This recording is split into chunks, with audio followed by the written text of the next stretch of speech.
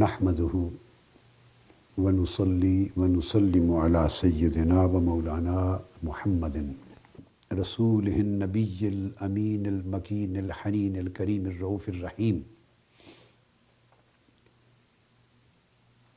ونصلي ونسلم على آله الطيبين الطاهرين وصحبه الكرام المتقين المخلصين وأولياء أمته وصلحاء ملته والعلماء العاملين اما بعد فاعوذ باللہ من الشیطان الرجیم بسم اللہ الرحمن الرحیم یا قومنا اجیبوا داعی اللہ وآمنوا بہ یغفر لکم من ذنوبکم ویجرکم من عذاب علیم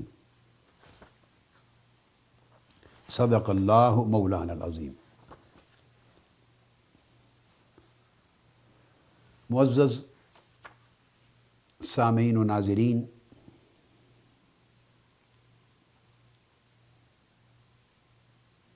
عزیز طلبہ و طالبات اور جملہ خواتین و حضرات،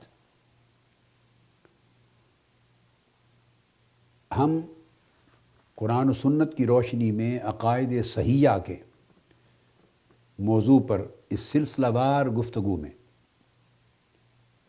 اس نکتے کی وضاحت کر رہے ہیں کہ کیا یہ کہنا درست ہے عقیدے کے باب میں کہ صرف قرآن کافی ہے اور ہم صرف قرآن ہی کو حجت مانتے ہیں، سنت رسول، حدیث رسول اور کوئی اور سورس ہمارے لیے حجت نہیں، اس کی حیثیت تاریخ کی ہے، ایک اچھی رہنمائی کی ہے، دیٹس اٹ، وہ بائنڈنگ نہیں ہے، اور حجت اور اتھارٹی صرف قرآن ہے۔ اس پر گفتگو ہو رہی ہے اور میں اس کی وضاحت کر رہا ہوں کہ ایسا کہنا نہ صرف گمراہی ہے بلکہ کفر ہے، اور یہ قرآن مجید کی سینکڑوں آیات کا انکار ہے، ایسا تصور۔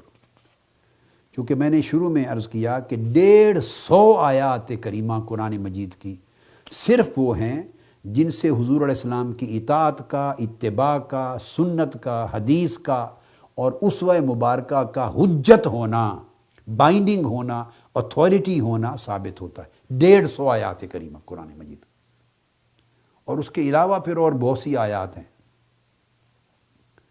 جو مختلف انداز میں اسی سبجیکٹ کو ایلیبوریٹ کرتی ہیں۔ تو گویا ایسا کہنا کہ صرف قرآن ہی حجت ہے اور کوئی شے حجت نہیں، یہ قرآن کے حجت ہونے کا بھی انکار کرنا ہے۔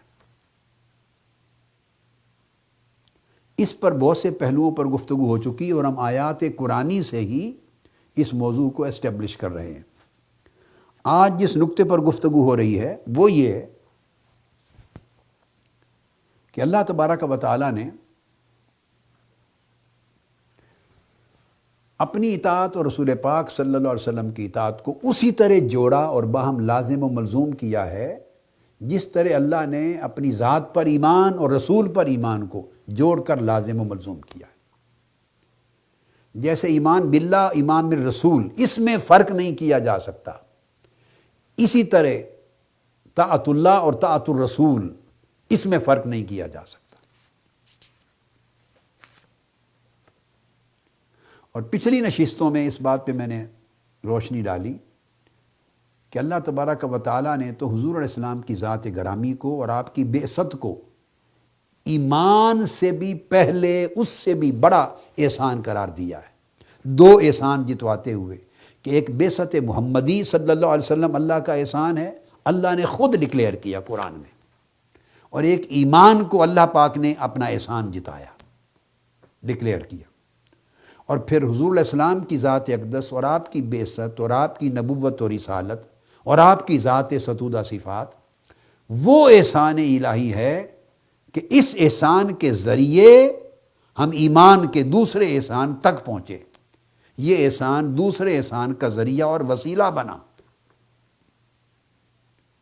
اور آقا علیہ السلام ہی کو اللہ پاک نے قرار دیا کہ ہم نے قرآن آپ کی طرف اتارا اور لوگوں کو گمراہی سے نکال کر ہدایت کی طرف لے جانا یہ آپ کا کام ہے، لِتُخْرِجَ النَّاسَ مِنَ الظُّلُمَاتِ إِلَى النُّورِ، یہ آپ نکالتے ہیں، آپ لوگوں کو راہ ہدایت کی طرف بلاتے ہیں۔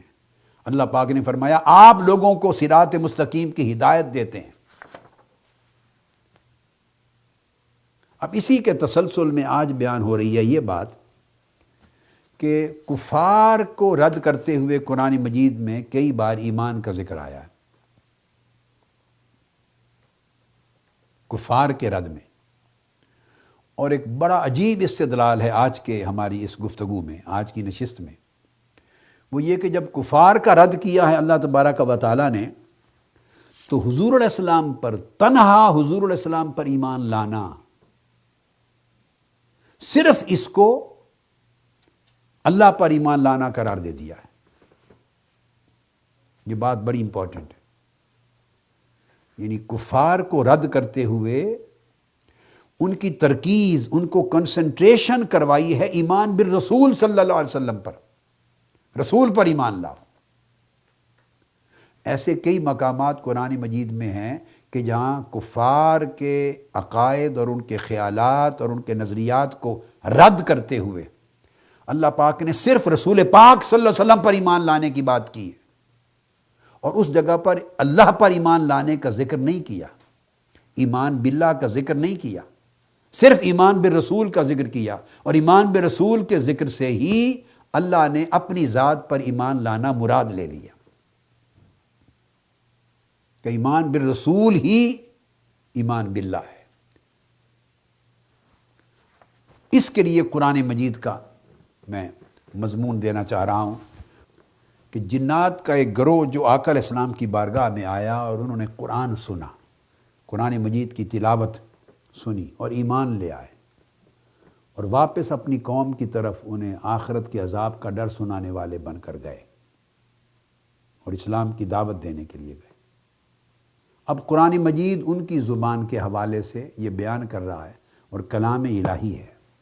یا قومنا، انہوں نے جا کر کہا اے ہماری قوم، اجیبوا داعی اللہ، اللہ کے دائی کی آواز پر لبیک کہو، اللہ کی طرف بلانے والے، وہ جس کا ذکر ہم نے پہلے کیا تھا پچھلی نشست میں، ربنا اننا سمعنا منادیا ینادی للایمان ان آمنوا بربکم فآمنا، اے اللہ تو نے ایک منادی بھیجا ہماری طرف اور ہم نے اس کی آواز سنی، وہ ہمیں ندا دے رہا تھا، تجھ پر ایمان لانے کے لیے پکار رہا تھا، ہم نے اس کی ندا کو سنا، قبول کیا، فآمنا، ہم ایمان لے آئے، مومن ہو گئے۔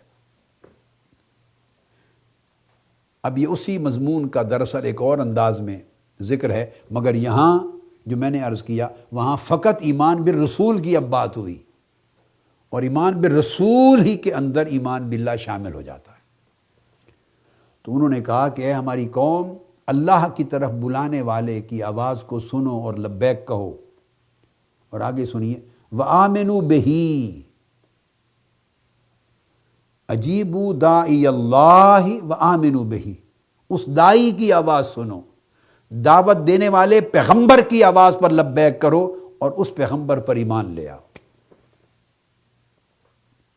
جو اللہ کی طرف بلانے والا ہے، اس بلانے والے نبی اور رسول کی، اس دائی کی آواز پر لبیک کہو، وآمنوا بہ، اور اسی نبی پر ایمان لے آؤ، اس دائی پر ایمان لے آؤ، یغفر لکم من ذنوبکم، اللہ تعالیٰ اس پر ایمان لانے کے صدقے سے تمہارے گناہوں کو معاف کر دے گا اور دردناک عذاب سے تمہیں نجات دے دے گا۔ اب آپ دیکھ لیجیے، یہ بیان یوں بھی ہو سکتا تھا کہ اجیبوا داعی اللہ وآمنوا باللہ ورسولہ، مگر ایسا نہیں کہا کہ اللہ کی طرف دعوت دینے والے کی آواز پر لبیک کہو اور اللہ اور اس کے رسول پر ایمان لاؤ، اس طرح نہیں کہا اس داعی کی، اس پیغمبر کی آواز پہ لبیک کہو اور اس پر ایمان لے آؤ۔ اس پیغمبر پر ایمان لانا ہی حقیقت میں اللہ پر ایمان لانا ہے۔ اب بھی گنجائش رہ گئی ہے یہ کہنے کی کہ رسول کی بات اور حدیث اور سنت حجت نہیں، صرف قرآن اللہ کا کلام حجت ہے۔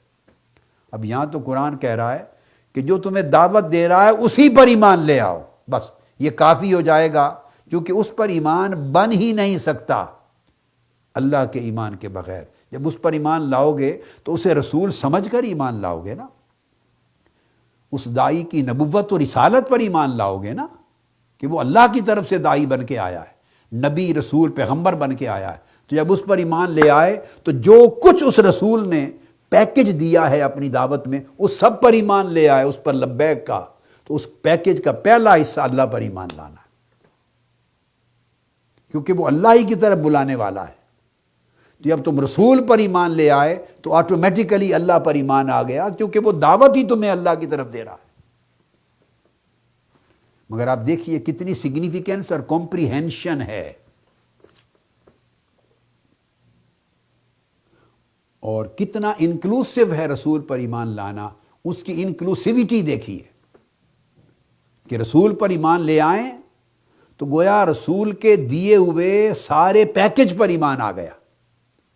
جو رسول پاک تم سے کہہ رہے ہیں، فرما رہے ہیں، جس شے کی دعوت دے رہے ہیں، ساری سنت، ساری حدیث، ساری دعوت، ساری تبلیغ، ساری تعلیم آ گئی، ایک کمپلیٹ پیکج ہے۔ جب اس رسول کی پوری دعوت پر ایمان لے آئے، اب اس دعوت میں صرف قرآن تو نہیں ہے بھائی، وہ تو ممبر پہ آقا علیہ السلام کھڑے ہیں، جمعہ کا دن ہے اور خطبہ ارشاد فرما رہے ہیں، تو کیا خطبہ میں صرف قرآن تلاوت کرتے تھے؟ یہ آقا علیہ السلام کی دعوت ہوتی۔ کعبہ کے صحن میں یا مکہ کی گلیوں میں یا طائف کے بازاروں میں یا مسجد نبوی کے ممبر پر جب آقا علیہ السلام خطاب کرتے اور لوگوں کو، خواہ وہ کفار و مشرکین مکہ ہوتے، خواہ وہ یہود و نصارہ ہوتے، جب خطاب کرتے، دعوت دیتے، تو صرف جو وحی اتری ہوتی تھی قرآن کی آیتیں تلاوت کرتے تھے، اس کے علاوہ کچھ نہیں فرماتے تھے۔ ایک کامن سینس کی بات ہے۔ آقا علیہ السلام نے خطاب کیا، فجر سے ظہر تک خطاب فرمایا ممبر پر، ظہر کی نماز پہ اترے تو اس کے بعد پھر عصر تک خطاب فرمایا، عصر کی نماز کے لیے اتری پھر مغرب تک نماز خطاب فرمایا، اور کائنات کی ابتدا سے لے کر کائنات کی انتہا تک سب واقعات بیان فرما دی۔ تو جب خطاب فرماتے تو صرف آیات کو تلاوت تو نہیں کرتے تھے، آیات کی شرح بھی کرتے، ان کے معنی بھی بیان کرتے، اس کی تشریح بھی کرتے، اس کے اطلاق اور امپلیکیشن بھی بیان کرتے، پھر اس کے ساتھ آگے اپنے الفاظ میں لوگوں کو دوزخ سے ڈراتے، جنت کی طرف بلاتے، تشریح کرتے، احکام کا اطلاق کرتے، لوگوں کے سوالات کا جواب دیتے، سچویشنز کو ایڈریس کرتے، لوگوں کے کنسرنز کو ایڈریس کرتے۔ یہ سارا کچھ جو بیان ہوتا یہ حدیث اور سنت ہے، یہ تو آیات قرآنی نہیں تھی، یہ تو قرآنی آیات نہیں تھی بھائی۔ قرآن تو فقط اتنے الفاظ پر مشتمل ہوتا جو بذریعہ جبرائیل امین آیتوں کی شکل میں اترتا، وہ قرآن آیتیں اترتی اور بغیر ایک لفظ اور حرف میں فرق کیے آقا علیہ السلام من و عن آگے سنا دیتے۔ قرآن کے لفظ میں، اس کی تلاوت میں تو ایک لفظ اور حرف کا بھی فرق نہیں کر سکتا، وہ تو ہوتا قرآن۔ اور باقی گھنٹوں جو میرے آقا علیہ السلام تعلیم دیتے، تبلیغ کرتے، ارشادات فرماتے، تشریحات فرماتے، وہ سب کچھ کیا تھا؟ وہ سنت رسول، وہ حدیث رسول ہے۔ اور جو کچھ پھر کر کے دکھاتے، امپلیمنٹیشنل ایسپیکٹ، پریکٹس میں لاتے، ڈیمونسٹریٹ کرتے، کر کے دکھاتے، ہر سچویشن کے مطابق عمل کرتے، وہ جو عمل کر رہے ہوتے وہ آیات قرآنی تو نہیں تھی، وہ تو حضور کے اعمال تھے، آقا علیہ السلام کے افعال تھے، آپ کی پریکٹسز تھیں، آپ کی ڈیڈز تھے، وہ سنت تھی۔ تو جب حضور کی بات پر لبیک کہنا ہے تو آقا علیہ السلام کے پورے پیکج کو لبیک کہنا ہے، یا صرف اس میں سے آیات چن لینی ہے باقی چھوڑ دینا ہے؟ بڑی سمپل بات ہے جو آقا علیہ السلام بیان فرما رہے ہیں، اس میں سے آپ کیا کریں گے آج 1400 سال بعد؟ صرف آیتوں کو چنتے لے جائیں گے؟ آقا علیہ السلام ہی کے کلام میں سے، آپ ہی کے بیان میں سے، آپ ہی کے ایڈریس میں سے، آپ ہی کی سپیچ میں سے جہاں جہاں آیتیں آئیں گی چن کے کہیں گے یہ حصہ حجت ہے، اور کہیں گے جو بقایا فرما رہے ہیں آقا علیہ السلام وہ ہمارے لیے حجت نہیں۔ یہ مسلمانی ہے؟ اس سے بڑا بھی کوئی کفر ہے؟ اس سے بدتر بھی کوئی گمراہی ہے؟ اور بدقسمتی یہ کہ گمراہی کے قرآن، یہ گمراہی قرآن کا نام لے کر پھیلائی جا رہی ہے، اسلام کا نام لے کر پھیلائی جا رہی ہے، علم کے نام پہ پھیلائی جا رہی ہے۔ نہیں، ایسا نہ کیجیے۔ اللہ نے صرف قرآن کو نہیں بھیج دیا ہماری طرف ڈائریکٹ کہ ہم سو کے اٹھیں تو ہر ایک کے شعور میں قرآنی آیات آ جائیں، پھر قرآن حجت ہوتا، صرف قرآن حجت ہوتا۔ اللہ نے تو بھائی پہلے اپنے محبوب رسول کو بھیجا ہے، کسی کو نبوت اور رسالت کا تاج اس کے سر پہ سجایا ہے، پھر اس پہ وہی فرمائی ہے، ان کی طرف قرآن بھیجا ہے، اور پھر ان کا عملی پیکر اور تشریح و تعبیر ان کی ذات کو بنا کے دنیا میں بھیجا ہے۔ تو یہ پیکج دو چیزوں کا کمبائنڈ ہے، قرآن اور سنت نبوی، یہ رسالت محمدی ہے۔ رسالت محمدی بھی دو چیزوں کو جمع کرنے سے بنتی ہے، قرآن جو اللہ نے اتارا، اور سنت و حدیث جو رسول پاک صلی اللہ علیہ وسلم نے ڈیمونسٹریٹ کیا اور ایلیبوریٹ کیا، اور جہاں جہاں کنسرن تھے، خالی تھے، گیپس تھے، لوگوں کی سمجھ میں نہیں آ رہے تھے، اس کو پھر آقا علیہ السلام نے ان کو سمجھایا، انٹرپریٹ کیا۔ تو یہ پورا پیکج رسالت ہے۔ تو اب وہ کہہ رہے ہیں کہ حضور علیہ السلام نے جو دعوت دی ہے، یہ سب کچھ کلام آقا علیہ السلام کے خطابات، آپ کے فرمودات، آپ کے ارشادات، جو کچھ فرماتے عمر بھر، یہ میرے آقا علیہ السلام کی دعوت ہے، ایک ایک لفظ دعوت ہے۔ تو وہ کہہ رہے ہیں کہ اس دعوت دینے والے کی دعوت کے پورے پیکج کو تسلیم کر لو، قبول کر لو، لبیک کہہ لو، وآمنوا بہ، اور اس پر ایمان لے آؤ، من حیث الکل۔ آپ کو چننے کی اجازت نہیں ہے کہ اس میں سے جو قرآن ہے وہ آیتیں چن لیں اور باقی کو چھوڑ دیں، استغفر اللہ العظیم۔ تو تب اللہ تمہارے گناہ بھی معاف کر دے گا اور دوزخ کے عذاب سے بھی چھٹکارا ہو جائے گا۔ اب دوسرے مقام پر النساء 170 میں فرمایا، یا ایھا الناس، وہی مضمون ہے، قد جاءکم الرسول بالحق من ربکم فآمنوا خیر لکم، اس کا مضمون بھی یہی ہے۔ ارشاد فرمایا، ہمیں خطاب کیا جا رہا ہے، سورہ النساء 170، اے لوگو، اے بنی آدم، قد جاءکم الرسول بالحق، نہیں کہا کہ تمہاری طرف قرآن آیا ہے، یہ ہے اصل بات سمجھنے والی۔ اللہ پاک نے نہیں کہا کہ میں نے تمہاری طرف قرآن بھیجا ہے ڈائریکٹ، بس اسی کو تھام لو اور یہی کافی ہے اور کسی اور کی ضرورت نہیں ہے۔ یہ الحم سے والناس تک پورے قرآن میں اللہ نے یہ نہیں کہا۔ ہم نے یہ عقیدہ کہاں سے گھڑ لیا؟ قرآن پر تہمت لگا دی۔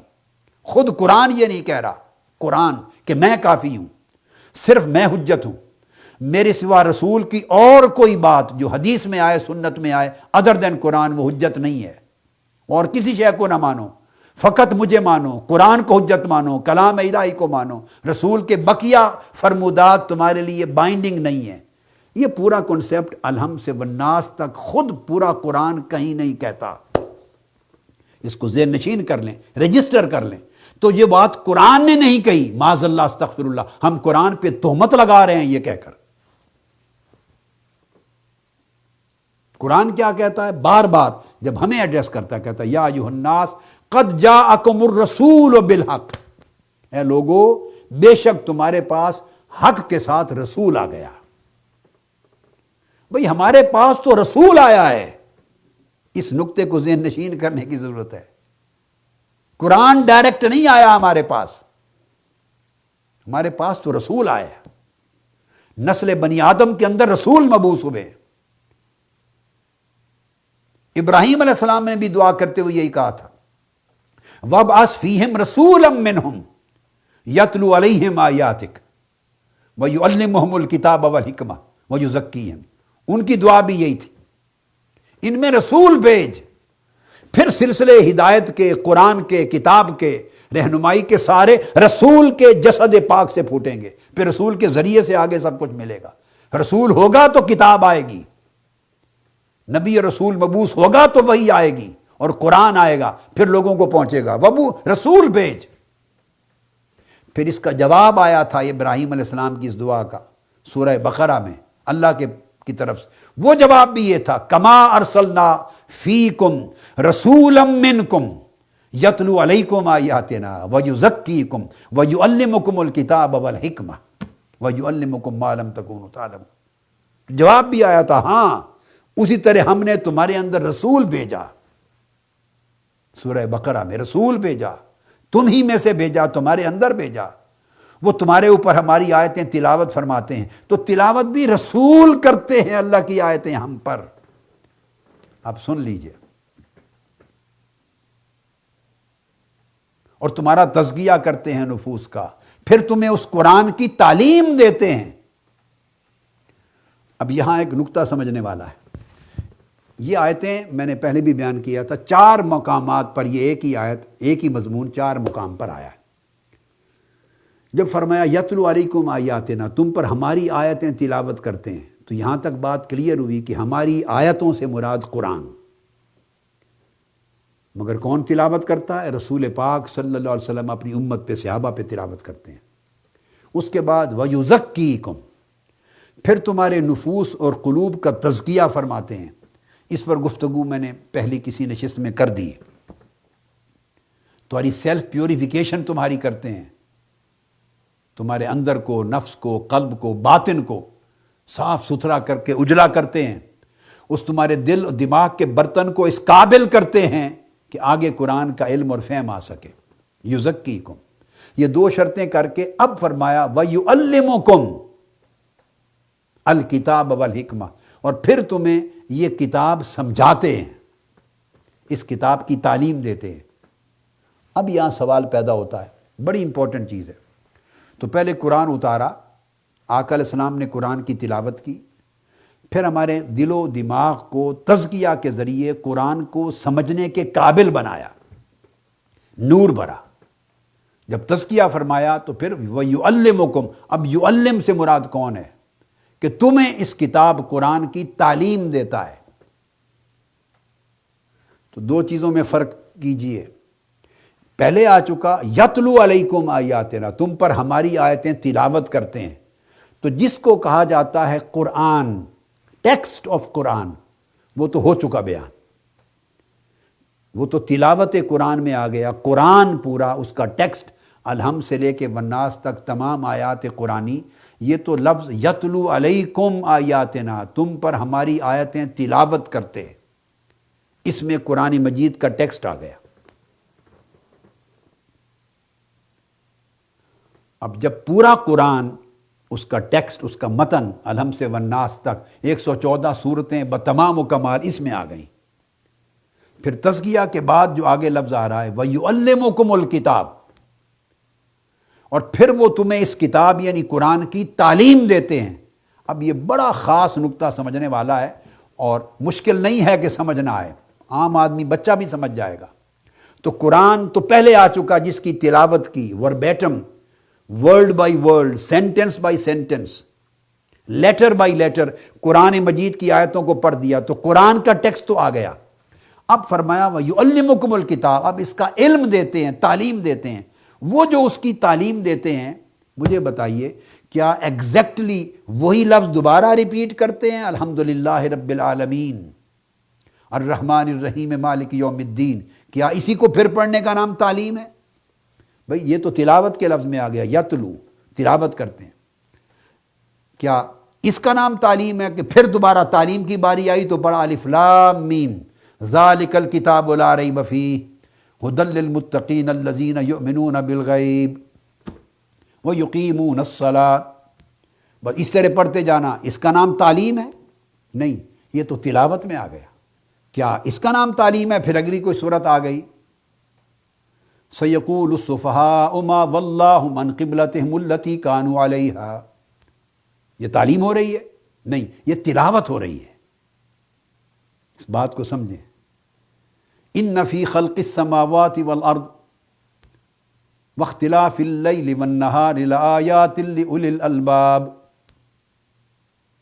الَّذِينَ يَذْكُرُونَ اللَّهَ قِيَامًا وَقُعُودًا وَعَلَى جُنُوبِهِمْ وَيَتَفَكَّرُونَ فِي خَلْقِ السَّمَاوَاتِ وَالْأَرْضِ رَبَّنَا مَا خَلَقْتَ هَذَا بَاطِلًا سُبْحَانَكَ وَقِنَا عَذَابَ النَّارِ۔ یہ سارا کچھ کیا یہ تعلیم کتاب ہے؟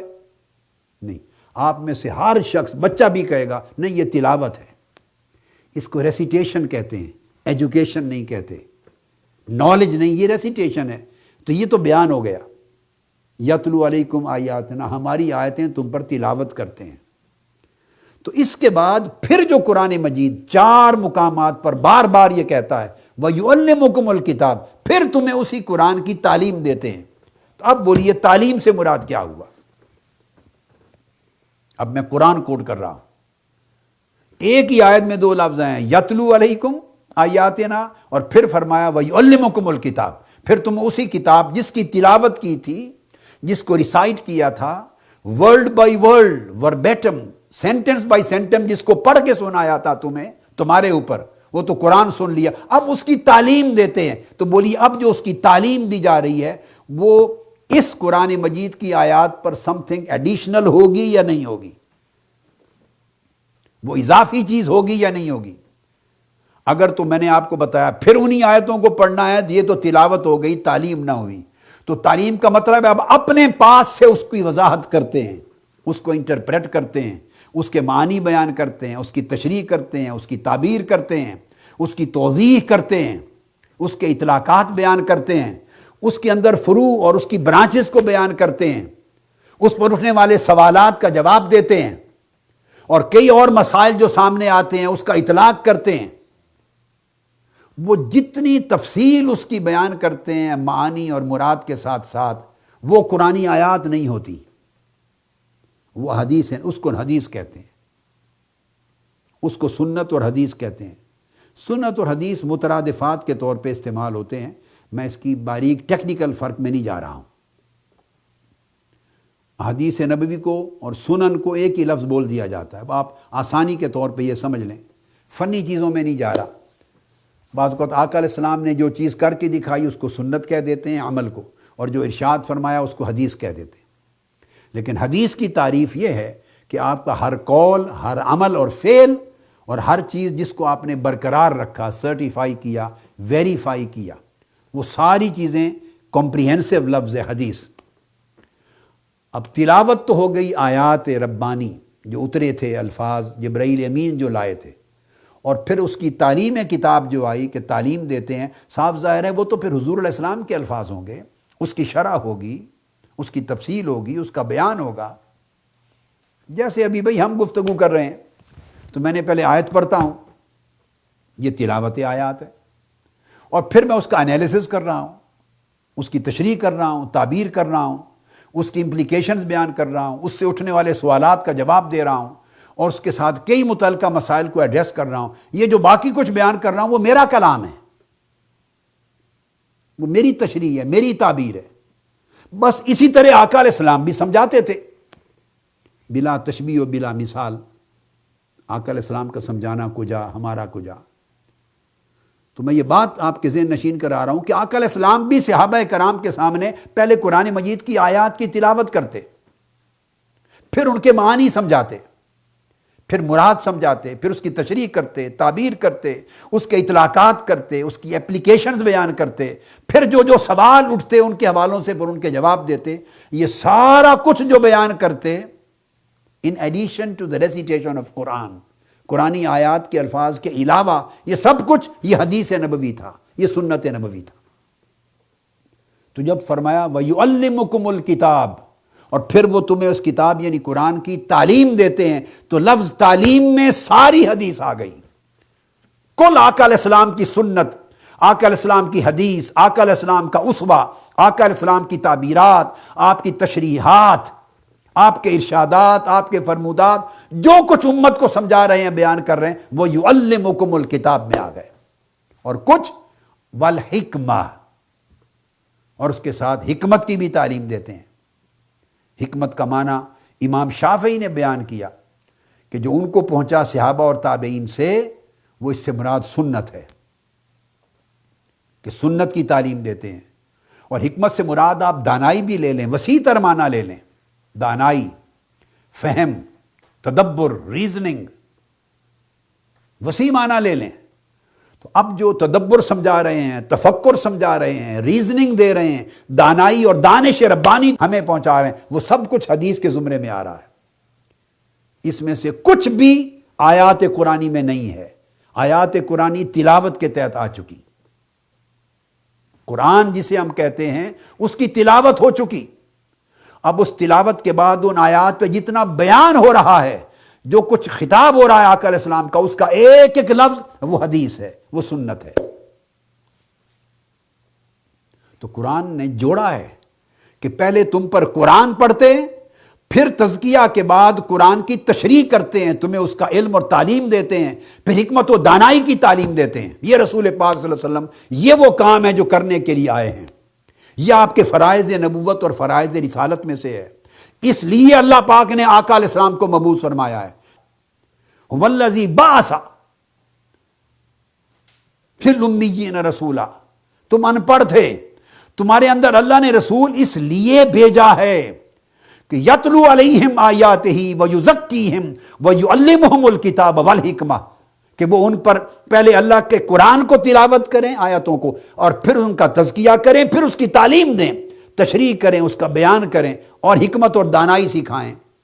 یہ جو دو حصے ہیں، حکمت اور دانائی کے اور قرآن کی تعلیم کے، دو حصے سنت اور حدیث ہے، ایک حصہ قرآن ہے۔ اس آیت میں سن لیجئے، یہ 4 مقامات پر آیت آئی ہے بے اختلاف الفاظ، اور ان 4 اور ایک مقام پر جہاں فرمایا کما ارسلنا فیکم رسولا منکم، وہاں 4 حصے سنت اور حدیث کے ہیں، ایک حصہ قرآن کا ہے۔ ہم کون سا دین لیے پھرتے ہیں؟ 5 حصے جو آقا علیہ السلام نے امت کو عطا کیے، اس میں سے 4 حصوں کو ہم رد کرنا چاہتے ہیں، یہ کہہ کر کے حجت نہیں، ایک حصہ ماننا چاہتے ہیں، ہمارا دعوی دین بھی رد کر دیا جائے گا۔ دیکھیے 5 کون سے؟ پہلے فرمایا کما ارسلنا فیکم رسولا منکم یتلو علیکم آیاتنا، تم پر ہم نے رسول اس لیے بھیجے ہیں تمہارے اندر کہ تم پر ہماری آیتیں تلاوت کریں، اور تم پر وہ ہماری آیتیں تلاوت کرتے ہیں۔ یہ حصہ قرآن کا ہے، یتلو اس کی تلاوت ہوتی، ایک حصہ۔ اگلا ویزکیکم، اور پھر تمہارا تزکیہ کرتے ہیں، تمہارے قلب و باطن کو، نفوس کو صاف کرتے ہیں۔ وہ کیسے کرتے ہیں؟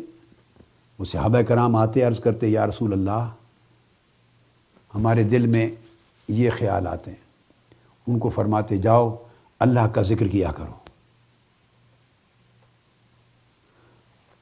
ہمارے یہ پرابلمز ہیں، کسی کو فرماتے جاؤ استغفار کیا کرو۔ ہمارے یہ وہم اور یہ گمان آتے ہیں، کسی کو وہ کوئی اور تعلیم وظیفہ عطا کرتے، کسی کو کہتے آؤ روزے رکھو، کسی کو صفہ کے صاحبان کے نیچے ٹھہرا لیتے، آؤ رات دن میری صحبت میں گزارو، تمہاری تربیت کروں۔ تو آقا علیہ الصلوۃ والسلام علمی طریقے سے بھی، عملی طریقے سے بھی، توجہ کے طریقے سے بھی، صحبت کے طریقے سے بھی ان کا تزکیہ فرماتے، جو صحابہ کرام مزکہ ہو جاتے نفوس میں۔ یہ سارا عمل، یہ تلاوت قرآن نہیں تھا،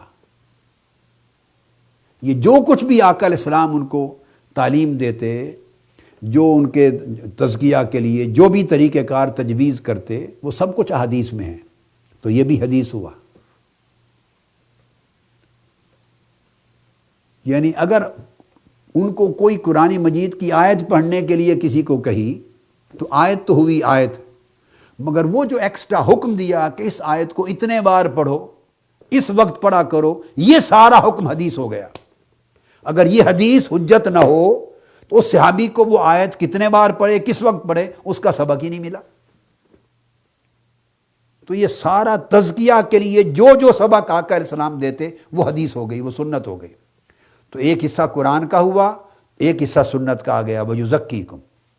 دو تیسرا حصہ فرمایا وَيُعَلِّمُكُمُ الْكِتَابَ، پھر تمہیں کتاب کی تعلیم دیتے ہیں، ایجوکیٹ کرتے ہیں۔ تم بیٹھتے ہو، ہمارے پیغمبر میرے محبوب ممبر پہ کھڑے ہوتے ہیں اور 1 گھنٹے کا خطبہ ارشاد فرماتے ہیں، وہ سب حدیث ہوتا ہے۔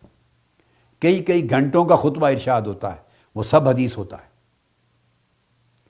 تم سب کو لے کے میرے حبیب شہدائے احد کے مزار پر تشریف لے گئے، صحیح مسلم میں ہے، اور ان پہ نماز پڑھی، دعا کی، ممبر بچھایا اور کھڑے ہو کے خطاب کیا، وہ سب حدیث ہوتا ہے۔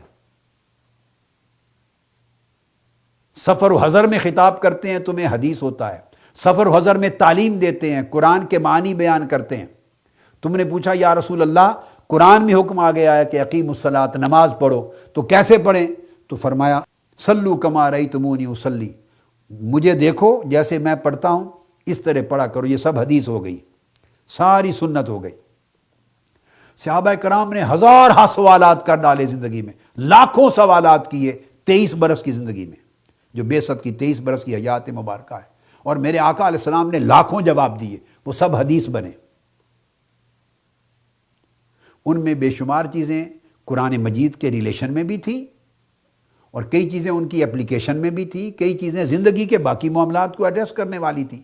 تو یعلمکم الکتاب، تیسرا حصہ پھر حدیث کا آ گیا کہ تمہیں تعلیم دیتے ہیں، وضاحت کرتے ہیں، یہ بھی حدیث ہو گئی اور سنت ہو گئی۔ چوتھا حصہ والحکمہ، اور تمہیں حکمت و دانائی کی تعلیم دیتے ہیں۔ یہ سب چیزیں اضافتاً ہو رہی ہیں، وہ بھی حدیث آ گئی، وہ بھی سنت میں آ گیا۔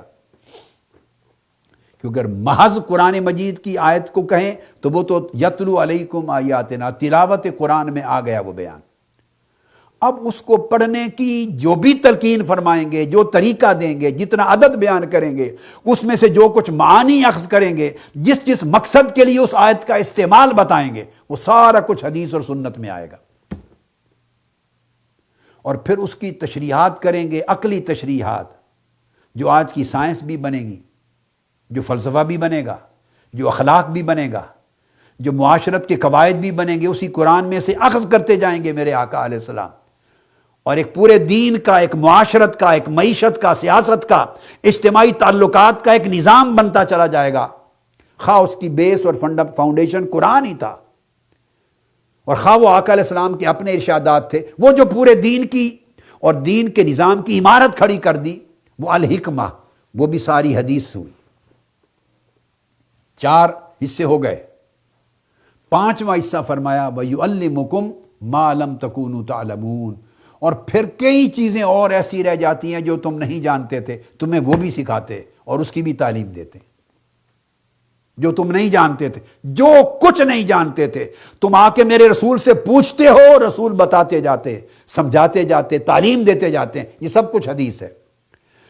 تو گویا 5 فرائض آقا علیہ السلام نے ادا کیے، 5۔ اس کو فرائض پنجگانہ رسالت کہتے ہیں۔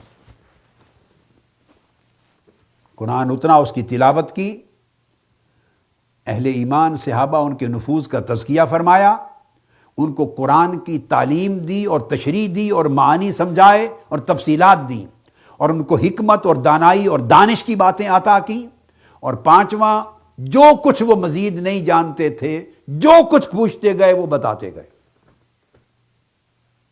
حتیٰ کہ ایک شخص کھڑا ہو گیا، اس نے پوچھا یا رسول اللہ میرے باپ کا نام کیا ہے؟ لوگ مجھے کہتے ہیں کہ یہ نطفہ حرام ہے۔ اس کو اس کے باپ کا نام بتا دیا۔ تو صحابہ کرام تو یہاں تک پوچھنے آ جاتے تھے۔ ایک کھڑا ہو گیا مجلس میں، پوچھا یا رسول اللہ میں جہنم میں جاؤں گا یا جنت میں؟ فرمایا تیرا ٹھکانہ دوزخ ہے۔ کسی نے اپنی ذات کے مسائل پوچھ لیے، کسی نے آ کے پوچھا یا رسول اللہ میرے لیے بہترین عمل کون سا ہے؟ جو کچھ کوئی نہیں جانتا تھا اس کو کھلی اجازت تھی کہ آقا علیہ السلام کی بارگاہ میں آئے، پوچھ لے یا رسول اللہ سب سے افضل عمل، اعلیٰ عمل کون سا ہے؟ اس کو آقا علیہ السلام نے جواب دیا، اس کے حال کو دیکھتے ہوئے فرمایا نمازوں کو اپنے وقت پر ادا کرنا۔ پھر ایک اور صحابی آ گیا، اسی طرح کی مجلس بپا ہے، اس نے پوچھا یا رسول اللہ سب سے افضل عمل کون سا ہے؟